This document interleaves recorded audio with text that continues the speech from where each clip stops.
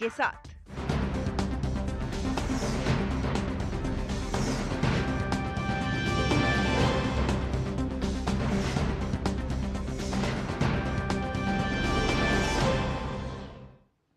नमस्कार, स्वागत है आप सभी का डीडी न्यूज पर। आप देख रहे हैं मिड डे प्राइम। मैं हूं रमा त्यागी। अगले 1 घंटे में हम बात करेंगे देश भर की बड़ी खबरों की, बताएंगे दुनिया भर में कौन कौन सी खबरों पर है सबकी नजर, क्या चल रहा है खेल और अर्थ जगत में, और कुछ झलके फिल्म, कला और संस्कृति के क्षेत्र से भी। लेकिन सबसे पहले बड़ी खबर। प्रधानमंत्री नरेंद्र मोदी ने डॉक्टर एल मुरुगन के आवास पर पोंगल पर्व में लिया हिस्सा। कहा, भारत अपनी जड़ों से शक्ति लेकर बढ़ रहा है नई संभावनाओं की ओर।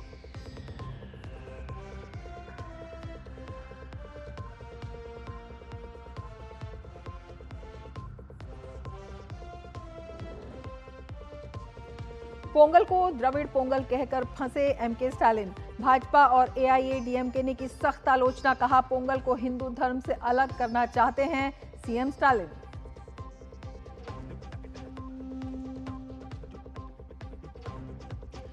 आईपैक छापा मामले में ईडी की याचिका पर कोलकाता हाईकोर्ट में सुनवाई। याचिका में ममता बनर्जी के खिलाफ सीबीआई जांच की मांग।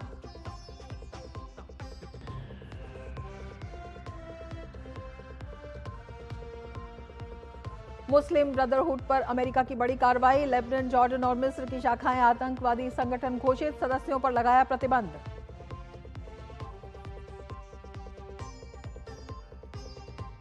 और भारत न्यूजीलैंड के बीच दूसरा वनडे राजकोट में आज। 3 मैच की सीरीज में भारत 1-0 से आगे।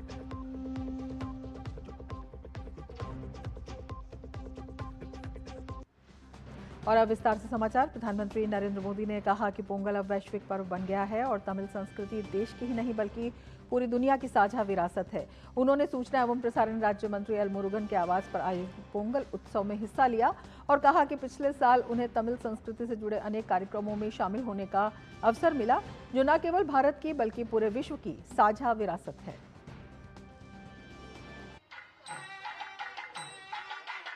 वागा तमिल, वड़गा भारतम। आज पोंगल एक ग्लोबल फेस्टिवल बन चुका है।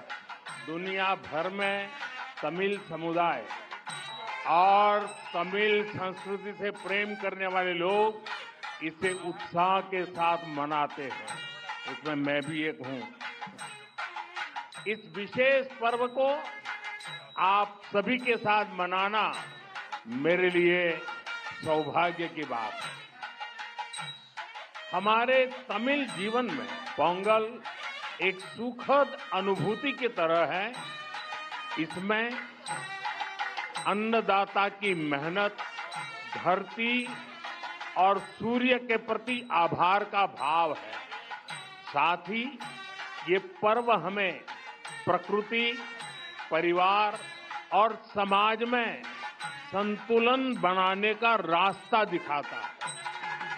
आप सभी को पोंगल की बहुत बहुत बधाई, बहुत बहुत धन्यवाद। वणक्कम।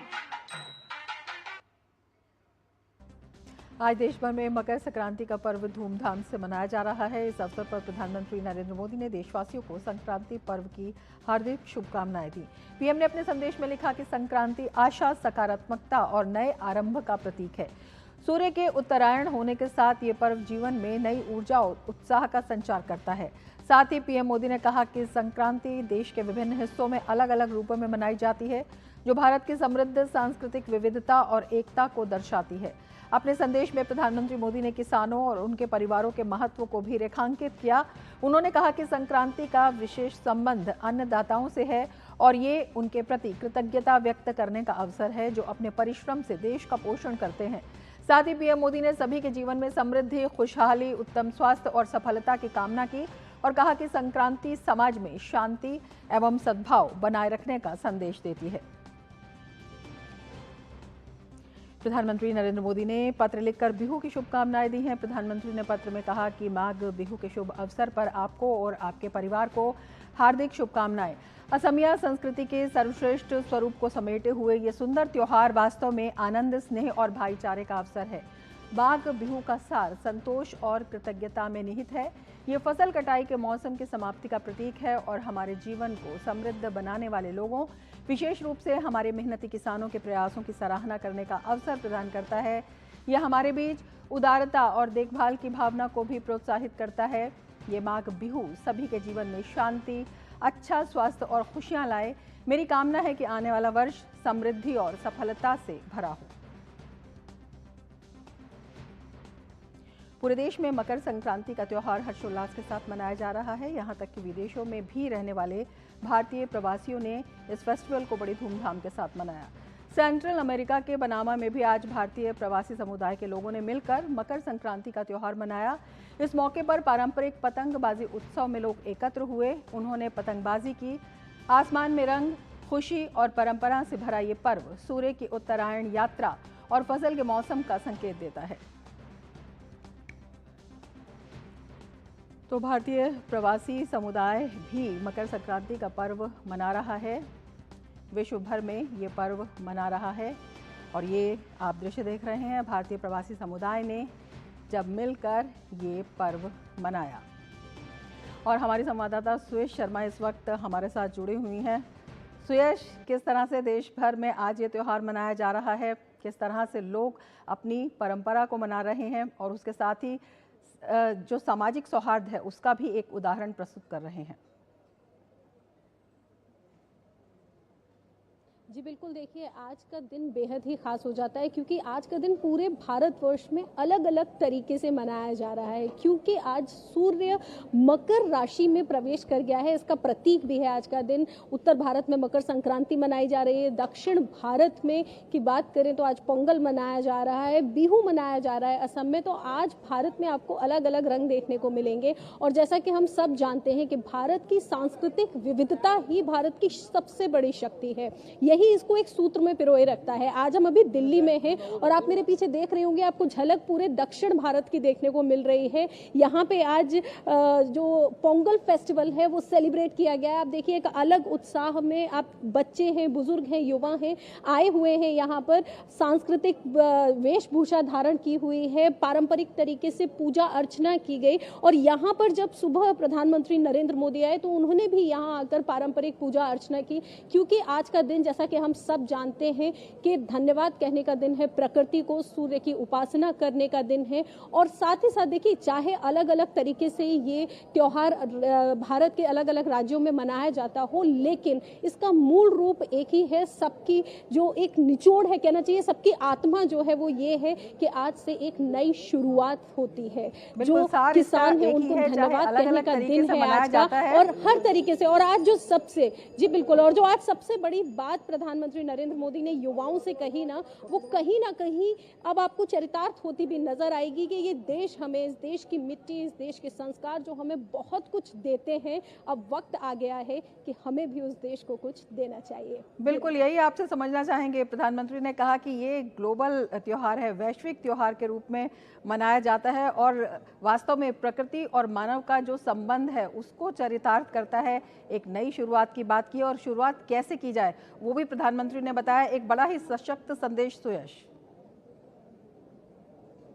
जी हाँ बिल्कुल, देखिए उन्होंने युवाओं से आह्वान किया। सबसे बड़ी, देखिए हम सब जानते हैं कि पूरे विश्व में सबसे बड़ी ताकत इस वक्त भारत के पास भारत के युवा हैं, जो कि विकसित भारत बनने में सबसे बड़ा योगदान देंगे। और जिस तरीके से आज प्रधानमंत्री ने कहा कि अब वक्त आ गया है कि ना तो हमारी थाली खाली होनी चाहिए और ना ही हमारी जेब, यानी हमारी थाली भी भरी रहे, हमारी जेब भी भरी रहे। और साथ ही साथ सबसे बड़ी बात कि हमारे देश को, ये दोनों कार्य करते समय हमारे देश को कोई हानि नहीं होनी चाहिए। तो प्राकृतिक रूप से भी हमारा देश जो है वो मजबूत होना चाहिए। देखिए हम सब जानते हैं हमारा कृषि प्रधान देश है, यहाँ पर कृषि को किस तरीके से आगे ले जाना है और भारत जिस तरीके से अपनी संस्कृति का, अपनी जड़ों का, अपनी सभ्यताओं का दामन थाम कर आगे बढ़ रहा है, पूरे विश्व में अपना परचम लहरा रहा है। यहाँ देश के जो युवा हैं जो अपना कार्य कर रहे हैं, यकीनन विकसित भारत बहुत जल्द होगा। और आप देखिए आज जिस तरीके से प्रधानमंत्री ने कहा कि आज का दिन है पशुओं को धन्यवाद करने का।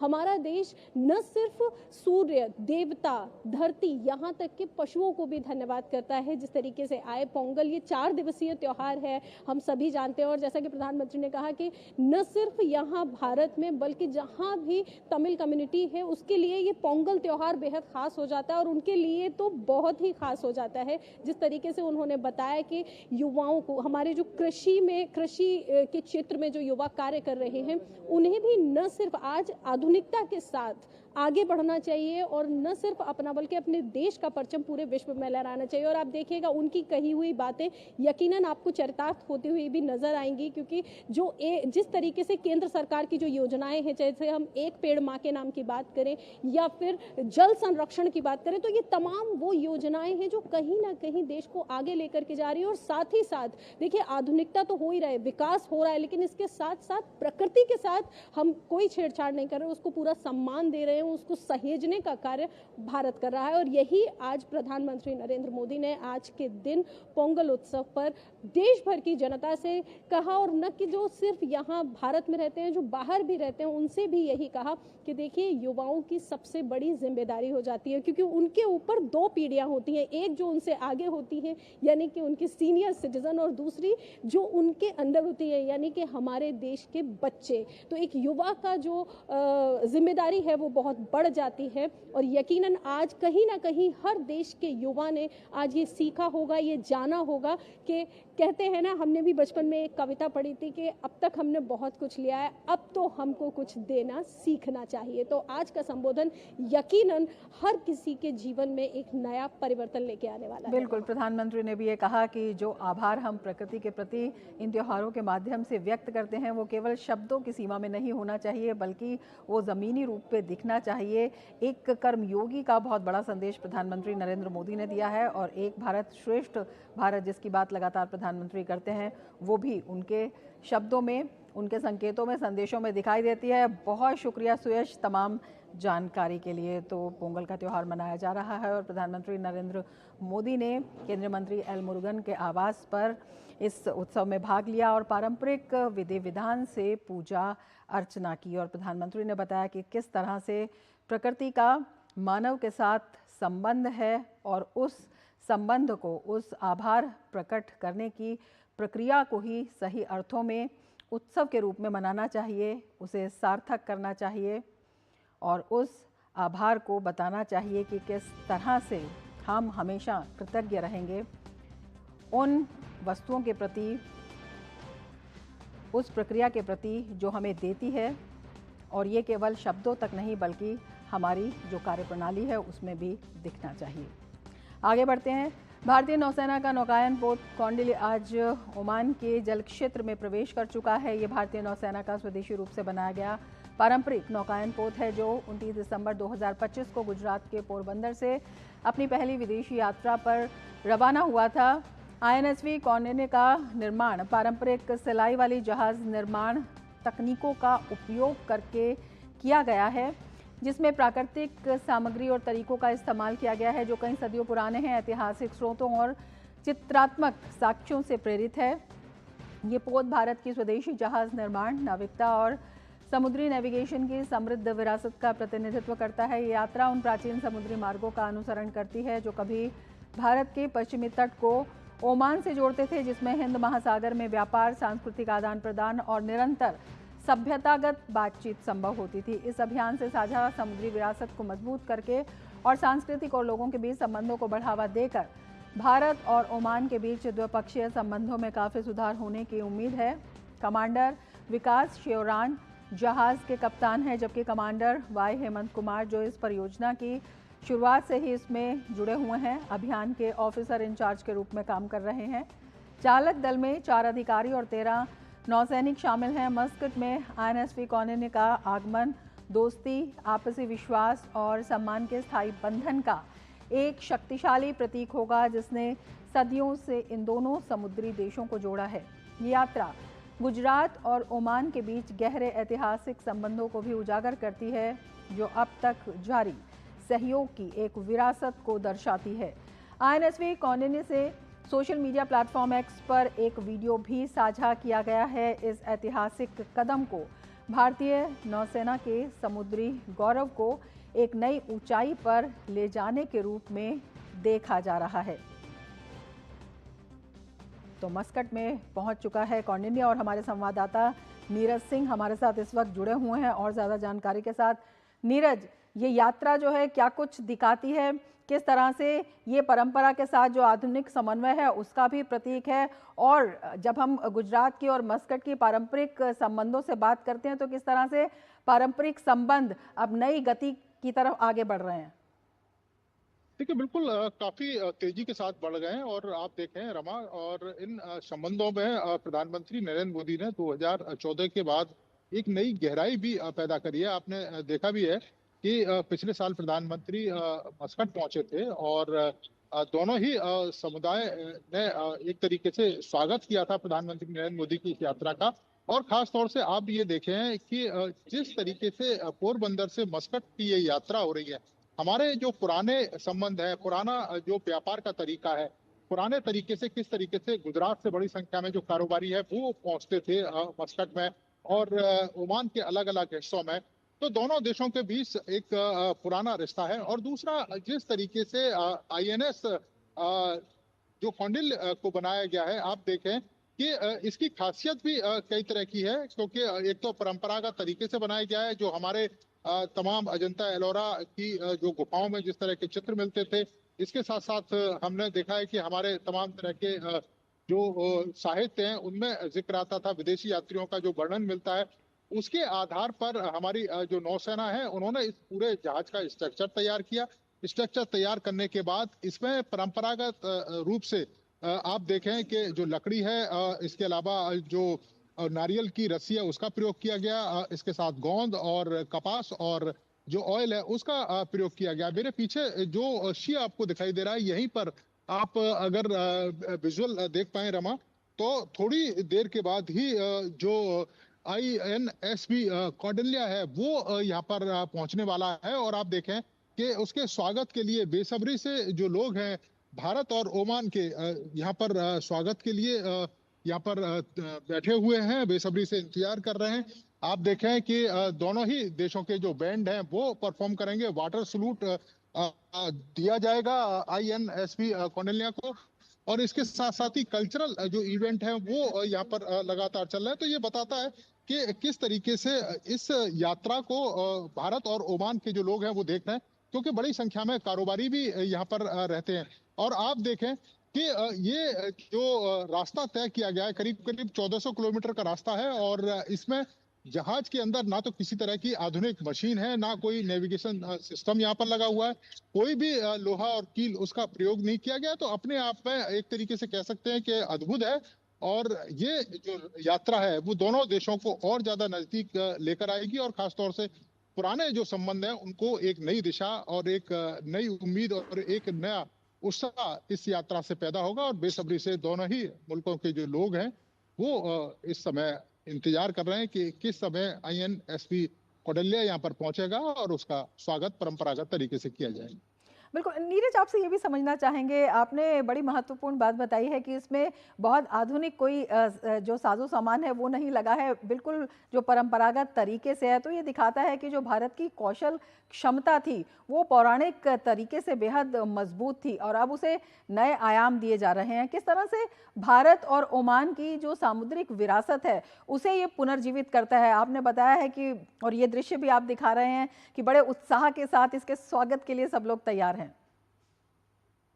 देखिए, बिल्कुल हम देखें कि तकनीक के रूप में बहुत सारी चीजें ऐसी भारत के पुराने आप देखें कि अगर हम पिछले समय में जाएं तो देखने को मिलेंगी। अब जिस तकनीक की आप बात कर रही हैं, करीब 1500 साल पुरानी ये तकनीक है, जिसके आधार पर इस जहाज का जो निर्माण है वो किया गया। इसका कोई ब्लूप्रिंट नहीं था। जैसा कि मैं बता रहा था कि अजंता की गुफाओं में जो चित्र मिले थे, इसके अलावा जो हमारे पुरातन साहित्य हैं, जिस तरह से वर्णन मिलता है, विदेशी यात्रियों ने जिस तरह से वर्णन किए थे, उन तमाम चीजों को एक साथ लेकर इसका एक तरीके से विस्तृत अध्ययन किया हमारी नौसेना ने।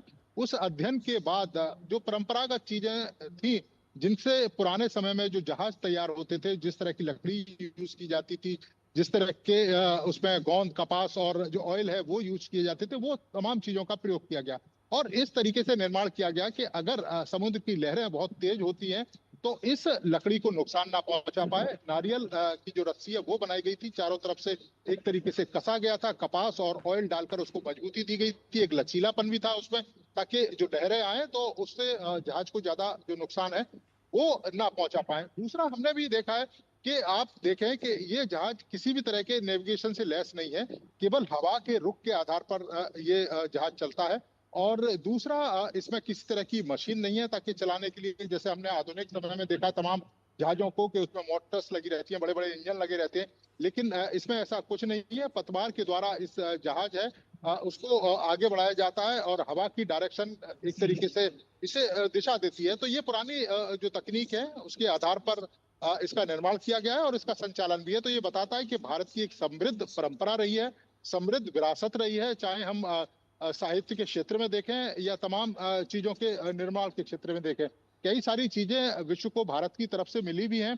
हमने देखा है कि जब विश्व गुरु की हम बात करते हैं तो तमाम चीजें, चाहे हम शून्य की बात करें, इसके अलावा आर्यभट्ट उनका जो योगदान है उसकी अगर हम बात करें, स्वामी विवेकानंद जी ने जिस तरीके से योगदान दिया था साहित्य से लेकर कल्चर, तो तमाम ऐसी ऐसी चीजें भारत के अंदर आपको देखने को मिलेंगी जो विश्व के तमाम जो लोग हैं, विश्व के जो तमाम बड़े बड़े नेता हैं उनको फॉलो करते हैं। तो हम ये कह सकते हैं कि एक विस्तृत विरासत का हिस्सा है और इस विरासत को एक नई ऊंचाई और एक नई मजबूती देने के लिए INSV जो कौंडिल्य है वो यहाँ पर कुछ समय के बाद पहुंचने वाला है और दोनों ही मुल्कों के लोग जो ओमान में रहते हैं वो बेसब्री से इंतजार कर रहे हैं। बिल्कुल, आप नजर बनाए रखें नीरज, बहुत शुक्रिया तमाम जानकारी के लिए। मीडिया प्राइम में अब लेते हैं एक ब्रेक, आप बने रहिए DD न्यूज के साथ।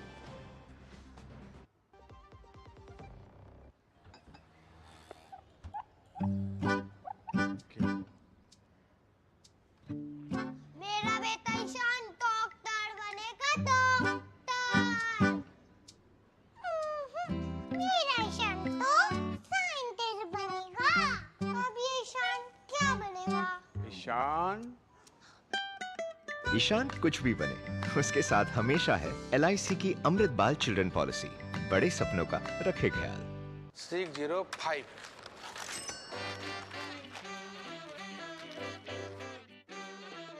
बदलो बदलो आदत बदलो।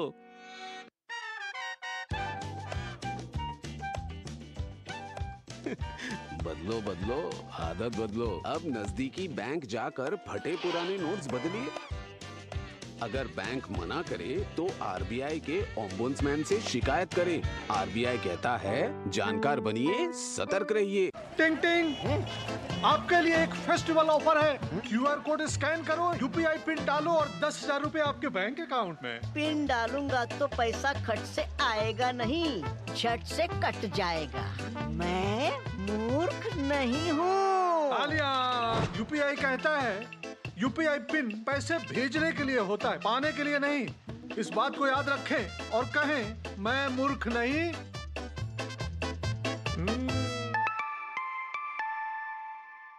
जाइए, आप भी किसी का टेस्ट लीजिए। ब्रेक के बाद फिर से आपका स्वागत है। आगे बढ़ते हैं। तमिलनाडु में पोंगल पर एक नया राजनीतिक विवाद खड़ा हो गया है। मुख्यमंत्री MK स्टालिन ने द्रविडियन पोंगल मनाने की अपील की है, जिससे BJP और AIADMK ने विरोध जताया है। विपक्ष का आरोप है कि DMK पोंगल से हिंदू धार्मिक तत्वों को हटाने की कोशिश कर रही है। स्टालिन ने कहा, पोंगल तमिल समाज का पारंपरिक उत्सव है जो धर्म या जाति से परे है और सामाजिक न्याय, समानता और सामूहिक एकता का प्रतीक है। उन्होंने इसे तमिल संस्कृति का हिस्सा बताया, न कि धार्मिक पहचान का। वहीं विपक्षी दलों BJP और AIADMK ने इस पर पलटवार किया है। BJP विधायक वंथी श्रीनिवासन ने कहा है कि DMK पोंगल से पूजा और हिंदू परंपराओं को हटाना चाहती है। उनका आरोप है कि पोंगल सनातन परंपरा से जुड़ा त्योहार है, इसमें सूर्य पूजा का खास महत्व है। BJP का कहना है कि DMK इसे हिंदू कैलेंडर से बाहर करने की कोशिश कर रही है ताकि इसे पूरी तरह धर्मनिरपेक्ष रूप दिया जा सके। वहीं AIADMK ने भी स्टालिन के बयान की आलोचना करते हुए इसे राजनीति से प्रेरित बताया है। AIADMK ने आरोप लगाते हुए कहा कि DMK त्योहारों के नाम बदलकर राजनीति कर रही है। AIADMK के अनुसार पोंगल की पहचान से छेड़छाड़ करना लोगों की भावनाओं के साथ खेलना है। और हमारी संवाददाता अक्षया नाथ इस वक्त हमारे साथ जुड़ी हुई हैं। अक्षया, किस तरह से एमके स्टालिन के बयान ने पोंगल पर विवाद खड़ा कर दिया है और बीजेपी और एआईएडीएमके किन बातों पर आपत्ति जता रही है? रमा, हम देख रहे हैं कि तमिलनाडु के जो मुख्यमंत्री है एमके स्टालिन, उन्होंने एक इवेंट में कहा था कि पोंगल जाति भिन्न और रिलीजन का भिन्न है और कास्ट का भिन्न है। ये जो स्टेटमेंट उन्होंने कहा वो यहाँ पे तमिलनाडु में बहुत ही चर्चापूर्वक एक विषय हो गया है, जहाँ पे बीजेपी ने ये कहा है कि डीएमके और तमिलनाडु के जो मुख्यमंत्री है एमके स्टालिन हिंदू रिलीजन का जो फेस्टिवल है उनके बारे में ऐसे फिर एक और बार बोलते रहते हैं और ये हिंदू सेंटिमेंट के खिलाफ है। और उन्होंने ये भी कहा है कि पोंगल के एक मुख्य इम्पॉर्टेंट चीज होता है जो है सूर्य देव का जो प्रार्थना, सूर्य के प्रयाण जब मकर मास में उत्तरायण में होता है उस टाइम को पोंगल सेलिब्रेट करते हैं तमिलनाडु में। और उसी टाइम को सूर्य भगवान के जो प्रार्थना भी करते हैं लोग, ताकि उनके अगले आने वाले वर्ष में भी जो प्रोड्यूस उनको मिलता है वो ठीक से चले। पर इस बार हम देख रहे हैं कि एमके स्टालिन ने जब बोला कि ये जाति मुक्त है या कास्ट का मुक्त है, यहाँ से जो बीजेपी का लीडर्स है उन्होंने सख्त ये मना किया है और बोला है कि ये हिंदू रिलीजियस फेस्टिवल है। क्या डीएमके का एमके स्टालिन ऐसे ही रमजान और क्रिसमस का रिलीजियस फेस्टिवल को भी जाति मुक्त बोल देगा? और हमने देखा है कि एआईएडीएमके जो है बीजेपी के अलायंस पार्टनर, वो लोग भी डीएमके का इस स्टेटमेंट के खिलाफ बोला है और कहा है कि हिंदू कैलेंडर के जो फेस्टिवल्स को निकालने का कोशिश कर रहा है। सवाल इस बात पर खड़ा होता है पुरातन तरीके से जो त्योहार मनाया जा रहा है उस पर अचानक एकाएक एमके स्टालिन इस तरह की टिप्पणी करते हैं। क्या ये जो आगामी चुनाव है उसके प्रति जो राजनीति है उसको दिखाता है? क्या एक हमारी जो सांस्कृतिक धरोहर है, विरासत है, उसको राजनीति का हिस्सा बनाया जा रहा है? में देख रहे हैं, तमिलनाडु में देख रहे हैं, क्योंकि हर एक त्योहार के नाम पे एक सेक्युलरिज्म का टैग या जाति मुक्त या कास्ट मुक्त का टैग लगा दिया गया है। और हम एक और बात सोचना है कि इलेक्शन के लगभग 90 दिन ही बाकी है और इस 3 महीने में जो भी टाइम है उसमें डीएमके उनके जो सिचुएशन है, उनके स्ट्रॉन्ग होल्ड है, वो यहाँ पे निकालने के लिए कोशिश कर रहा है। पर इसमें एक और बात है कि सनातन धर्म के जो भी विशेष चीजें हैं उसके खिलाफ जब बोलते रहते हैं डीएमके के लोग, तो उसमें रिलीजियस सेंटिमेंट और हिंदू धर्म के लोगों के सेंटिमेंट्स में बहुत ही छोटी तरीके के चोट पहुंच जाते हैं। और इस बार जो पोंगल के जो स्टेटमेंट डीएमके ने कहा है उसकी वजह से भी हम देख रहे हैं कि कई सारे लोग बहुत ही डिसअपॉइंटेड है सीएम के स्टेटमेंट में। पर इस बार डीएमके ने पोंगल सेलिब्रेशंस के लिए 2.25 करोड़ लोगों के जो रेशन कार्ड होल्डर्स है तमिलनाडु का, उन लोगों को 3000 रुपीज और पोंगल के अदर इंग्रेडिएंट्स रेशन में दे रहे हैं। तो हम देख रहे हैं कि डीएमके भी हिंदू जब भी जो लोग सनातन धर्म के खिलाफ बोलते हैं उसके अलावा भी वो हिंदू लोगों को उनके पास लेके आने की कोशिश कर रहे हैं। पर ऐसे स्टेटमेंट जैसे कि सनातन धर्म के खिलाफ के स्टेटमेंट नहीं तो ये सेक्युलरिज्म का स्टेटमेंट और जो रिलीजियस फेस्टिवल है उसको उसके नेम टैग से निकालने की जो कोशिश जो हो रहा है, ये सब चीजें यहाँ के लोगों के मन में बहुत ही चोट पहुंचाते हैं। अक्षय, ये जो द्रविडियन पोंगल टर्म दी गई है ये क्या दिखाती है अपने आप में? द्रविडियन शब्द का इस्तेमाल क्यों किया गया है? तो हम देखते हैं कि यहाँ के जो पॉलिटिकल पार्टीज है वो द्रविडियन कल्चर या द्रविडियन संस्कार में बने हुए पॉलिटिकल पार्टीज है। तो अगर इन लोगों को ओपनली कोई रिलीजन को एंडोर्स नहीं कर पाते तो उसको द्रविडियन टैग आसानी से दे जाते हैं। जैसे कि आज हम देख रहे हैं कि एमके स्टालिन जो चीफ मिनिस्टर है तमिलनाडु के, उन्होंने खुद बोल दिया है कि पोंगल एक रिलीजियस फेस्टिवल नहीं बल्कि वो एक सेक्युलरिज्म का एक फेस्टिवल है जिसमें जाति विरोध, जाति के भिन्न और कास्ट के भिन्न होता है। तो ऐसे ही जब द्रविडियन टैग एक चीज में डाल सकते हैं तो उन लोगों को जो रिलीजन से एसोसिएशन नहीं पर बाकी एक सेक्युलरिज्म मोड लेके आने के लिए कोशिश है। हमने देखा कि कनिमोई एमपी ऑफ थूथुकुडी, उन्होंने भी आके ऐसे ही एक स्टेटमेंट दिया है कल जहाँ पे उन्होंने कहा है कि सारे रिलीजन का लोग पोंगल सेलिब्रेट करते हैं, जैसे कि क्रिसमस या कोई और फेस्टिवल को सेलिब्रेट करते हैं, वैसे ही पोंगल भी यहाँ के लोग ना सिर्फ तमिल पर बल्कि जो लोग यहाँ पे आके रहते हैं, हिंदी स्पीकिंग लोग या मलयाली स्पीकिंग लोग, वो लोगों के लिए भी पोंगल खास फेस्टिवल हो जाते हैं। तो इसको एक रिलीजियस टैग ना देने के लिए कनिमोझी ने भी एक स्टेटमेंट कल दिया था। बिल्कुल, यही हमारे देश के त्योहारों की खासियत है, हमारी सांस्कृतिक विरासत की खासियत है और समृद्धि भी है कि चाहे कोई किसी भी क्षेत्र में रहता हो, लेकिन त्योहार जो हैं वो सभी के होते हैं और उस पर ये टैग लगाना अपने आप में विवादों के घेरे में फंस चुके हैं। एमके स्टालिन, बहुत शुक्रिया अक्षा तमाम जानकारी के लिए। हम मिड डे प्राइम में आगे बढ़ेंगे, लेकिन उससे पहले लेते हैं एक ब्रेक। आप बने रहिए डीडी न्यूज के साथ।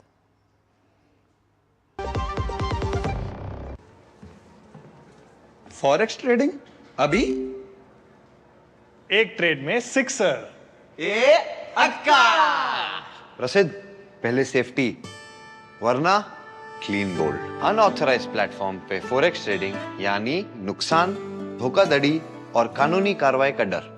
मतलब नुकसान की हैट्रिक। इसीलिए आरबीआई वेबसाइट पर जाएं, ऑथराइज्ड लिस्ट जांचें। आरबीआई कहता है जानकार बनिए, सतर्क रहिए। टिंग टिंग, आपके लिए एक फेस्टिवल ऑफर है। क्यूआर कोड स्कैन करो, यूपीआई पिन डालो और 10,000 रुपए आपके बैंक अकाउंट में। पिन डालूंगा तो पैसा खट से आएगा नहीं, झट से कट जाएगा। मैं मूर्ख नहीं हूँ। तालियां। यूपीआई कहता है यूपीआई पिन पैसे भेजने के लिए होता है, पाने के लिए नहीं। इस बात को याद रखें और कहें मैं मूर्ख नहीं।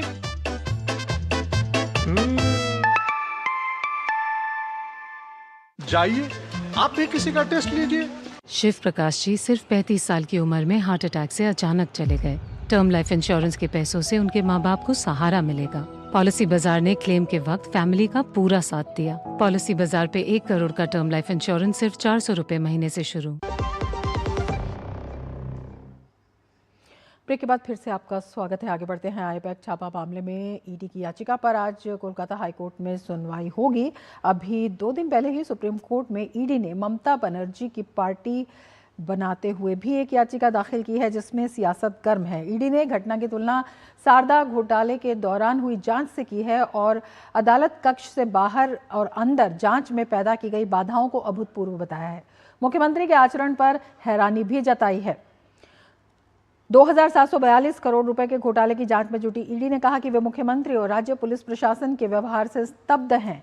ईडी का दावा है कि राज्य के मुख्य सचिव, डीजी और पुलिस कमिश्नर सहित पुलिस कर्मियों को लेकर खुद मुख्यमंत्री ने तलाशी अभियान रोका। ईडी का दावा है कि जांचकर्ताओं को धमकाना, डराना और जब्त किए गए दस्तावेजों को छीनना डकैती के बराबर है।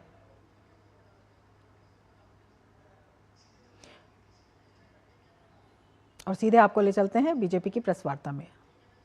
और उन्होंने एक बेहद ही शर्मनाक और पीड़ादायक बयान दिया है, जिसका वास्तविकता से, तर्कों से, तथ्यों से कोई संबंध नहीं है।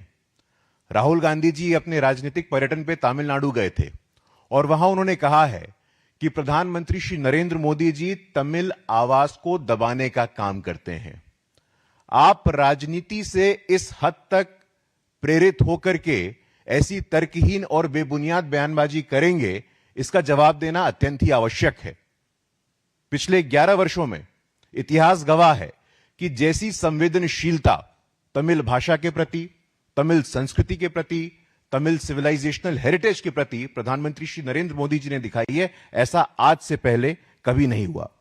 मैं आपके समक्ष कुछ ऐसे उदाहरण प्रस्तुत करना चाहता हूं जो राहुल गांधी जी और विपक्ष के तमाम ऐसे नेताओं के स्मरण में रहें, जो समय समय पे ऐसे क्षेत्रवाद, भाषावाद, जातिवाद, तमाम ऐसे टेंडेंसीज को इन्फ्लेट करने का प्रयास करते हैं और हमारी शांति और स्थिरता में बाधा उत्पन्न करने का प्रयास लगातार करते रहते हैं। हमारे इतिहास में पहली बार ऐसा हुआ है जब तमिल भाषा और तमिल सम्मान और तमिल अस्मिता की संवेदनशीलता भारत के सीमाओं के अंदर ही नहीं, वैश्विक मंचों पे, इवन एट वर्ल्ड प्लेटफॉर्म्स, वो चाहे संयुक्त राष्ट्र का मंच हो, यूनाइटेड नेशंस हो, G20 का मंच हो, हर वैश्विक मंचों पे सम्मान संवेदनशीलता के साथ प्रधानमंत्री श्री नरेंद्र मोदी जी ने तमिल अस्मिता का प्रतिनिधित्व मजबूती से करने का काम किया है। मुझे स्मरण आता है जब यूनाइटेड नेशंस में प्रधानमंत्री जी ने अपने स्मरण में यह बताया और यह कोट किया, he quoted a line from ancient Tamil text Purananuru, जहां पे वो कहते हैं यादम उरे यावरम केलिर, that projects the universal and inclusive philosophy of Tamil thought globally.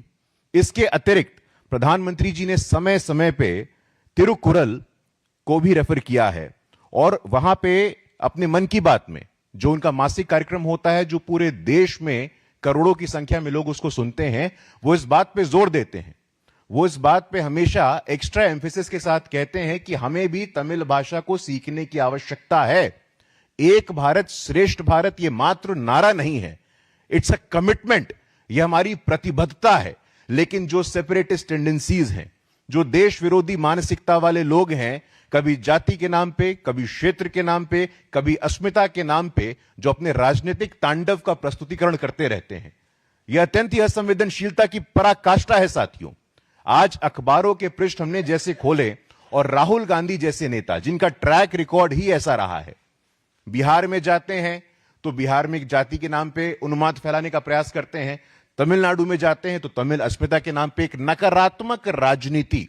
He is a perfect text book example and a case study of separatism in Indian politics. इस प्रकार की भाषा का उपयोग, इस प्रकार के बयानों से उनको बचने की आवश्यकता है। एक उदाहरण जो अत्यंत ही महत्वपूर्ण है और आपके स्मरण में होना चाहिए, फिजी में प्रधानमंत्री जी के ही शासन में भारत की सरकार ने इसको सुनिश्चित किया that Tamil teaching programmes should start in countries like Fiji. Government of India के सपोर्ट से वहां पे पहली बार 80 वर्षों में ऐसा हुआ है कि तमिल भाषा पे भी एक कोर्स और एक करिकुलम चल रहा है। हमारे ध्यान में आता है और यह बहुत ही महत्वपूर्ण है, यूनिवर्सिटी ऑफ ह्यूस्टन, अमेरिका के एक प्रतिष्ठित विश्वविद्यालय में तमिल डायस्पोरा के लिए, तमाम इंडियन डायस्पोरा के लिए भी वहां पे एक तमिल चेयर का निर्माण होता है, Indian council of cultural relations के साथ में।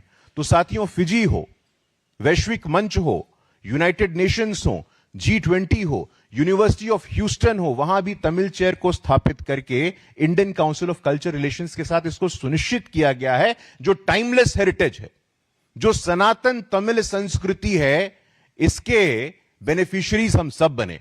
हम जब जो स्कॉलरशिप में हैं, जो अध्ययन का काम करते हैं, लेखन का काम करते हैं, शोधन का काम करते हैं, उनको भी इससे लाभान्वित कैसे किया जाए, प्रधानमंत्री जी इसकी चिंता निरंतर करते रहते हैं। मेरे स्मरण में आता है बनारस हिंदू यूनिवर्सिटी में सुब्रमण्यम भारती चेयर तमिल स्टडीज के लिए, जो इटर्नल और टाइमलेस तमिल सिविलाइजेशनल और कल्चरल हेरिटेज है, यह भारत के अंदर और भारत के बाहर भी इसका महत्व लगातार कैसे बढ़े, इसकी चिंता प्रधानमंत्री जी की रहती है।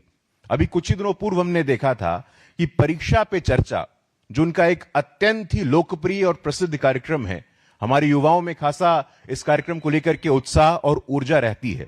उस परीक्षा पे चर्चा के कार्यक्रम में भी प्रधानमंत्री जी ने यह अपील किया छात्र समुदाय से, स्टूडेंट से, he made a categorical appeal that north Indian students must learn Tamil.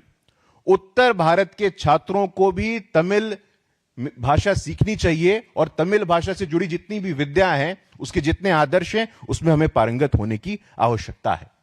हमारे स्मरण में आता है लोकतंत्र के मंदिर में, in the temple of Indian democracy, when historic Sengol was established, पूरे विश्व ने वो देखा था जब सदन में प्रवेश होता है और सिंगोल को स्थापित करके prime minister Narendra Modi accorded national honour to the Chola era Tamil tradition, Shaiv philosophy and the glorious civilizational heritage of Tamil society। ये राहुल गांधी अब प्रमाण पत्र देंगे क्या हमको? हमारी तमिल संस्कृति, तमिल सम्मान और तमिल अस्मिता के प्रति जो प्रतिबद्धता है, जो कमिटमेंट है, हमें राहुल गांधी जी आपसे न किसी और से प्रमाण पत्र लेने की आवश्यकता है। You are not any certifying authority to issue certificate to us on our Tamil commitment, on our commitment to Tamil issues, on our commitment to eternal Tamil civilizational heritage. Prime Minister Modi has taken deep interest in Tamil festivals as well. आज हम आपके सामने जब बात कर रहे हैं, सुबह का एक कार्यक्रम पोंगल का हमारे केंद्र में मंत्री मुरुगन जी के आवास पे होता, और पहली बार नहीं हुआ है साथियों। This is not the first time, on multiple occasions in the past. पूर्व में भी पोंगल के कार्यक्रम में प्रधानमंत्री जी ये सुनिश्चित करते हैं कि वहां के अटायर में वहां जाएं, जब भी उस भाषा में वहां पे जितनी संवेदनशीलता के साथ काम कर सकते हैं वो करते हैं। इसके अलावा तमाम ऐसे उदाहरण हमारे समक्ष हैं। अपने लोकसभा क्षेत्र में ऐतिहासिक काशी तमिल संगमम का आयोजन हो, ये एक भारत श्रेष्ठ भारत की बात है। ये सिर्फ विचार नहीं है, इसको सरकार ने अपने व्यवहार में, it has become a part of our national personality. But the divisive politics, जो राहुल गांधी जी की जो राजनीति है, बात बात पे डिवीजन की, बात बात में फॉल्ट लाइंस की, जाति, क्षेत्र, भाषा, इससे आगे निकलने की आपको आवश्यकता है। एक भारत श्रेष्ठ भारत की संकल्पना ऐसे पूरी नहीं की जा सकती है। एक दिन के राजनीतिक पर्यटन पे जाएंगे और ऐसी सतही, हल्की, बेबुनियाद, निराधार, तर्कहीन और तथहीन बयानबाजी आप करके आ जाएंगे। You are not going to go scot free like this. आपको भी सवालों का जवाब देना पड़ेगा। आपके कमिटमेंट क्या थे और हमारा कमिटमेंट क्या है? आप हमसे प्रश्न पूछने वाले कौन होते हैं, हम आपसे पूछना चाहते हैं। काशी तमिल संगमम 4.0 इनिशिएटिव के माध्यम से हमने देखा है कि Tamil Karkalam, let us learn Tamil, Tamil language classes are conducted in 50 schools across multiple districts. ये प्रयास है हमारा, ये इनिशिएटिव है, और ये आज हो रहा है या प्रधानमंत्री श्री नरेंद्र मोदी जी ने दिल्ली में आने के बाद ऐसा किया, ऐसा नहीं है। जब वो गुजरात के मुख्यमंत्री थे तब भी उनके हृदय के बहुत ही करीब ये विषय रहा है। तमिल संगमम का जो कार्यक्रम सौराष्ट्र क्षेत्र में भी होता है, तो सौराष्ट्र का क्षेत्र हो, काशी का क्षेत्र हो, विश्व के अंदर हमारे लोकतंत्र के मंदिर सदन की बात हो, विश्व के बाहर फिजी हो, यूनिवर्सिटी ऑफ ह्यूस्टन हो, वैश्विक मंच हो, यूनाइटेड नेशंस हो, G20 हो, तमाम ऐसे उदाहरण आज हमारे समक्ष उपलब्ध हैं, जो ये सिद्ध करता है, जो ये दिखाता है that our commitment to Tamil civilizational heritage, our commitment to Tamil issues is second to none. And Mr. Rahul Gandhi, you have absolutely no right. आपके पास कोई नैतिक अधिकार नहीं है कि आप इस प्रकार की बयानबाजी करें और इस बात का जिक्र करें कि हम तमिल आवाज को दबाने का प्रयास करते हैं। कोई तर्क और तथ्य हो तो इसको आपको मीडिया के समक्ष प्रस्तुत करना चाहिए। प्रधानमंत्री मोदी जी जब भी पूर्व में तमिलनाडु गए हैं तो हमने उनको देखा है, he has always adopted the local traditional attire which symbolizes the deep respect and emotional connection as well. इसके अतिरिक्त साथियों, पहली बार हमने देखा है कि केंद्र सरकार के महत्वपूर्ण दायित्वों पे भी, आज से पहले ऐसा नहीं हुआ था कि वित्त मंत्री तमिलनाडु की, विदेश मंत्री तमिलनाडु के, और इतना ही नहीं, जहां पोंगल का कार्यक्रम हो रहा था, दलित समाज से आने वाले, शेड्यूल्ड कास्ट से आने वाले एक श्रमिक के सुपुत्र एल मुरुगन जी को मध्य प्रदेश से राज्यसभा लाकर के केंद्र में मंत्री बनाया जाता है। यह कमिटमेंट है हमारा। जब उपराष्ट्रपति बनाने की बात हुई तो ऑनरेबल सीपी राधाकृष्णन जी को वाइस प्रेसिडेंट बना करके भी हमने इस बात को प्रस्तुत किया है। शासन और प्रशासन में भागीदारी हो, एकेडमिक स्तर पे संवेदनशीलता हो, स्कॉलरली कल्चरल मैटर्स में तमिल संवेदनशीलता को प्रमुखता से मुख्य धारा में लाना हो, यह प्रयास हमारा कोई आज का नहीं है। इसको राजनीति से जोड़ करके देखने की आवश्यकता अत्यंत नहीं है। हम आपके माध्यम से राहुल गांधी जी, कांग्रेस पार्टी और तमाम ऐसे विपक्ष के नेता जो जाति, क्षेत्र, भाषा, लिंग के नाम पे भेदभाव क्रिएट करते हैं, समाज में फॉल्ट लाइंस की पॉलिटिक्स करते हैं, हम आपसे और आपके माध्यम से विनम्रता पूर्वक उनसे आग्रह करना चाहते हैं, थोड़ा तथ्यों को अध्ययन करिए, तर्कों के साथ बोलिए। और पिछले 11 वर्ष और उससे पूर्व गुजरात में भी प्रधानमंत्री श्री नरेंद्र मोदी जी ने तमिल संस्कृति के प्रति जो अपनी प्रतिबद्धता का प्रस्तुतिकरण किया है, एक उदाहरण प्रस्तुत किया है, इसको राजनीति से जोड़ करके देखने की जरूरत नहीं है। हमारा कमिटमेंट था, है और आगे भी रहेगा, इस प्रकार की नकारात्मक राजनीति और नेगेटिव पॉलिटिक्स से आपको ऊपर उठने की आवश्यकता है। बहुत बहुत धन्यवाद।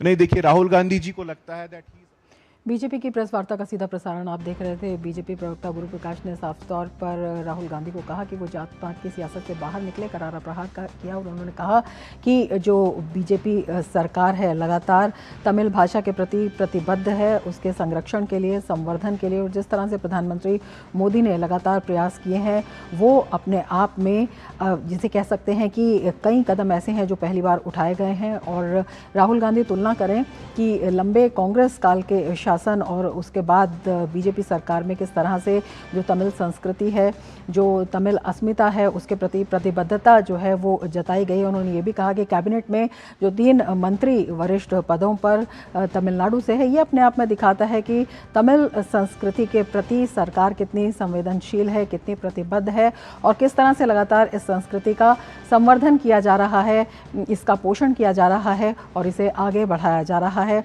और इसके साथ ही उन्होंने ये भी बताया कि फिजी में भी एक विश्वविद्यालय खोला गया है जहां की तमिल भाषा जो है वो छात्र पढ़ रहे हैं, तो इसका वैश्विक स्तर पर जो प्रचार प्रसार है उस पर भी सरकार पूरा ध्यान दे रही है। तो राहुल गांधी कोई भी टिप्पणी करते वक्त लगातार तुलना करें और तमाम उन्होंने उन्हें नसीहत भी दी कि जो जात पात की सियासत है उससे वो बाहर निकल कर आए। आगे बढ़ते हैं। केंद्रीय मंत्री गिरिराज सिंह ने पश्चिम बंगाल की मुख्यमंत्री ममता बनर्जी पर निशाना साधा है और कहा है कि ममता बनर्जी बताएं कि कौन से काले चिट्ठे का वो बैग था जो ईडी को नहीं देना चाहती थी। गिरिराज सिंह ने कहा कि ममता बनर्जी बंगाल को बांग्लादेश बनाना चाहती हैं। पहले ये तो बता दे ममता बनर्जी, कौन सा काला चिट्ठा का वो बैग था जो ईडी से छुपा करके नहीं देना चाहती थी। ये चोरी और सीना जोड़ी वाली, ये बांग्लादेशियों के बल पे बंगाल को बांग्लादेश बनाना चाहती। पूरे देश में जितने बांग्लादेशी हैं सबका एंट्री लगभग बंगाल से होती है, सबका आधार कार्ड बंगाल से बनता है।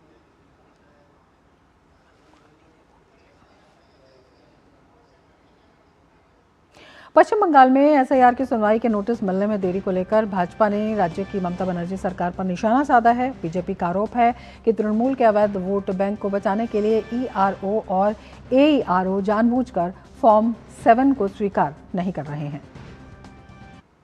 सीएम का एजेंडा साफ है। सीएम चाहती है यही कि जो लोग गुजर गए उसका नाम भी वोटर लिस्ट में रह जाए, रोहिंग्या की नाम रहे, बांग्लादेशी जमात का नाम रहे और जो फॉल्स वोट जो वोटर है उसका भी नाम वोटर लिस्ट में शामिल हो जाए। ये सीएम का स्टैंड है, उसका स्टैंड हम जानते हैं, जनता भी जानता है, लेकिन हमारा जो कहना है हम लोग इसी का पास कहेंगे। और आपको एक बार फिर से बता दें, भारतीय नौसेना का नौकायन पोत कौंडिन्य ओमान पहुंचने वाला है। ये भारतीय नौसेना का स्वदेशी रूप से बनाया गया पारंपरिक नौकायन पोत है जो 29 दिसंबर 2025 को गुजरात के पोरबंदर से अपनी पहली विदेशी यात्रा पर रवाना हुआ था। आईएनएसवी कौंडिन्य का निर्माण पारंपरिक सिलाई वाली जहाज निर्माण तकनीकों का उपयोग करके किया गया है, जिसमें प्राकृतिक सामग्री और तरीकों का इस्तेमाल किया गया है जो कई सदियों पुराने हैं। ऐतिहासिक स्रोतों और चित्रात्मक साक्ष्यों से प्रेरित ये पोत भारत की स्वदेशी जहाज निर्माण, नाविकता और समुद्री नेविगेशन की समृद्ध विरासत का प्रतिनिधित्व करता है। ये यात्रा उन प्राचीन समुद्री मार्गों का अनुसरण करती है जो कभी भारत के पश्चिमी तट को ओमान से जोड़ते थे, जिससे हिंद महासागर में व्यापार, सांस्कृतिक आदान प्रदान और निरंतर सभ्यतागत बातचीत संभव होती थी। इस अभियान से साझा समुद्री विरासत को मजबूत करके और सांस्कृतिक और लोगों के बीच संबंधों को बढ़ावा देकर भारत और ओमान के बीच द्विपक्षीय संबंधों में काफ़ी सुधार होने की उम्मीद है। कमांडर विकास श्योरान जहाज के कप्तान हैं, जबकि कमांडर वाई हेमंत कुमार, जो इस परियोजना की शुरुआत से ही इससे जुड़े हैं, अभियान के ऑफिसर इंचार्ज के रूप में काम कर रहे हैं। चालक दल में 4 अधिकारी हैं और 13 नौसैनिक शामिल हैं। मस्कट में आईएनएसवी कौंडिन्य का आगमन दोस्ती, आपसी विश्वास और सम्मान के शक्तिशाली बंधन का एक शक्तिशाली प्रतीक होगा, जिसने सदियों से इन दोनों समुद्री देशों को जोड़ा है। ये यात्रा गुजरात और ओमान के बीच गहरे ऐतिहासिक संबंधों को भी उजागर करती है, जो अब तक जारी सहयोग की एक विरासत को दर्शाता है। INSV कौंडिन्य ने सोशल मीडिया प्लेटफॉर्म एक्स पर एक वीडियो भी साझा किया है। इस ऐतिहासिक कदम को भारतीय नौसेना के समुद्री गौरव को एक नई ऊंचाई पर ले जाने के रूप में इसे देखा जा रहा है।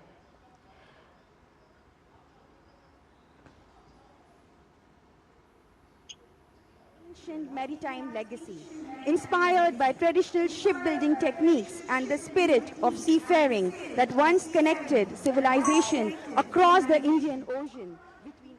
हमारे संवाददाता नीरज सिंह हमारे साथ जुड़ चुके हैं। नीरज, क्या कुछ जानकारी वहां से देना चाहेंगे? किस तरह के दृश्य है, किस तरह का उत्साह है, किस तरह की तैयारी थी? देखिए रमा, जिसका इंतजार था वो इंतजार की घड़ी अब खत्म हुई है और आप पीछे दृश्यों को देख रही हैं। INSV कौंडिन्य इस समय आप देख रहे हैं कि मस्कट पहुंच गया है और एक ऐतिहासिक यात्रा इस शिप की रही है, क्योंकि करीब 1500 साल पुरानी जो तकनीक है उस पर इस शिप का जो निर्माण है वो किया गया। और आप देख रहे हैं कि नेचुरल तरीके से, चाहे इसके निर्माण की बात हो, बिना नेविगेशन के यहाँ पर पहुंचा, भारत और ओमान के रिश्तों को एक नई ऊंचाई देने के लिए और ये दर्शाने के लिए भी कि भारत और ओमान के जो रिश्ते हैं वो कुछ एक साल पुराने नहीं बल्कि सदियों पुराने हैं और इन रिश्तों को एक गहराई देने के लिए यहाँ पर पहुंचा। और जिस तरीके से आप देखें कि कारोबारी रिश्ते रहे हैं, गुजरात से बड़ी संख्या में जो कारोबारी है वो ओमान पहुंचते रहे हैं और यहाँ पर ओमान की अर्थव्यवस्था में भी लगातार एक तरीके से कहें कि उन्होंने बढ़ चढ़ कर हिस्सा लिया।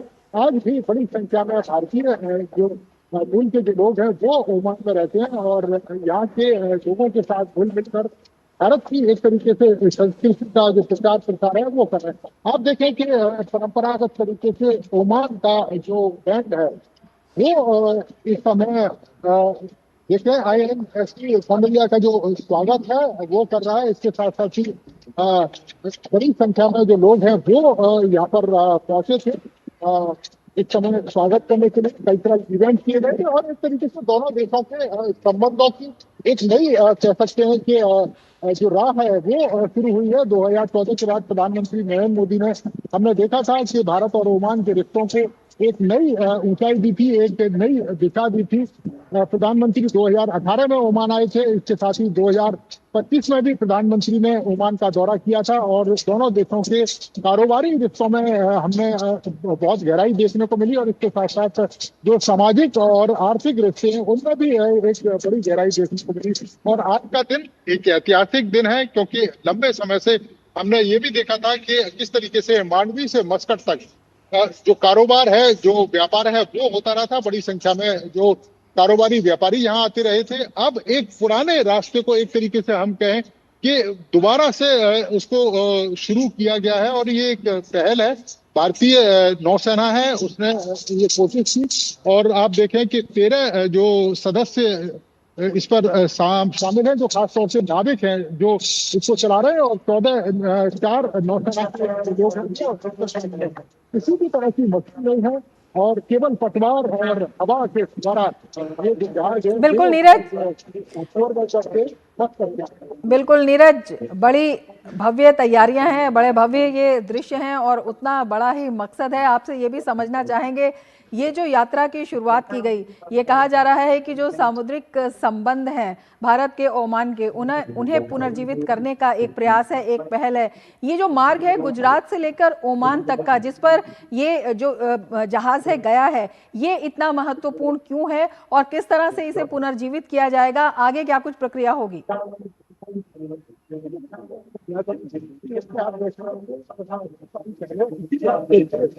कारोबार लगातार हो रहा है।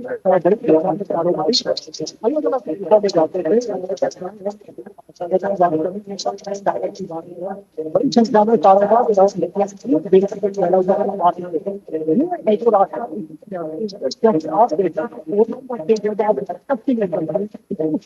रास्ता है, करीब 14 किलोमीटर का रास्ता है, रास्ता है। तो INSV कौंडिन्य की ऐतिहासिक यात्रा जो ओमान में प्रवेश कर चुका है, अपने आप में बेहद महत्वपूर्ण और भव्य तरीके से इसका स्वागत किया गया।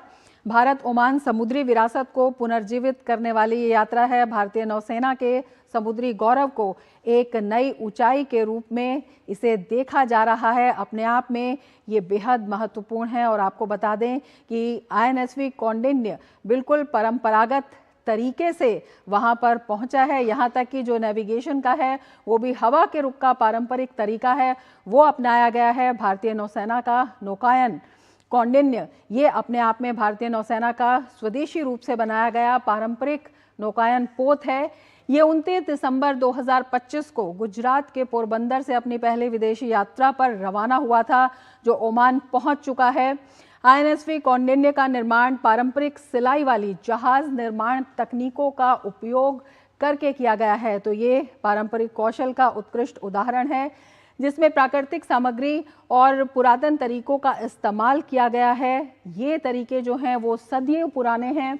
ऐतिहासिक स्रोतों और चित्रात्मक साक्ष्यों से ये प्रेरित है। ये पोत भारत की स्वदेशी जहाज निर्माण, नाविकता और समुद्री नेविगेशन की समृद्ध विरासत को दिखाता है, उसका प्रतिनिधित्व करता है।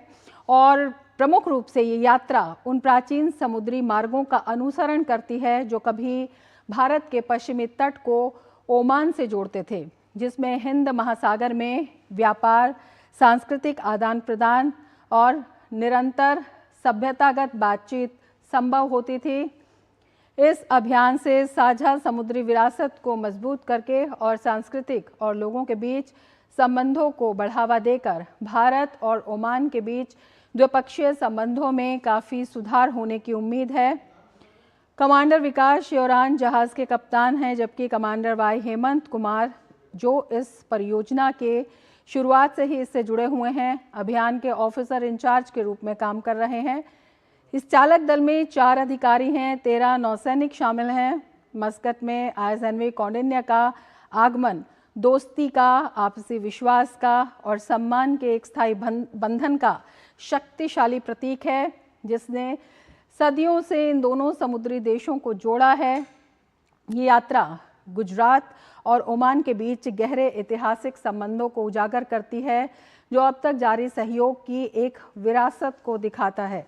INSV कौंडिन्य ने सोशल मीडिया प्लेटफॉर्म X पर भी एक वीडियो साझा किया था और अब ये वहां पहुंच चुका है। इस ऐतिहासिक कदम को भारतीय नौसेना के समुद्री गौरव को एक नई ऊंचाई के रूप में ले जाने के रूप में इसको देखा जा रहा है। तो भारत ओमान समुद्री विरासत को पुनर्जीवित करने वाली ये यात्रा है, अपने आप में बेहद महत्वपूर्ण है।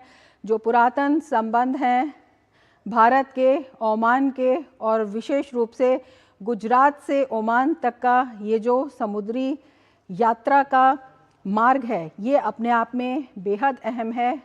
परंपरागत रूप से जो व्यापार किया जाता था और उसके साथ ही रणनीतिक रूप से भी इसे काफ़ी अहम माना जा रहा है। इसके साथ ही मिड डे प्राइम में फिलहाल इतना ही। दीजिए इजाज़त, नमस्कार।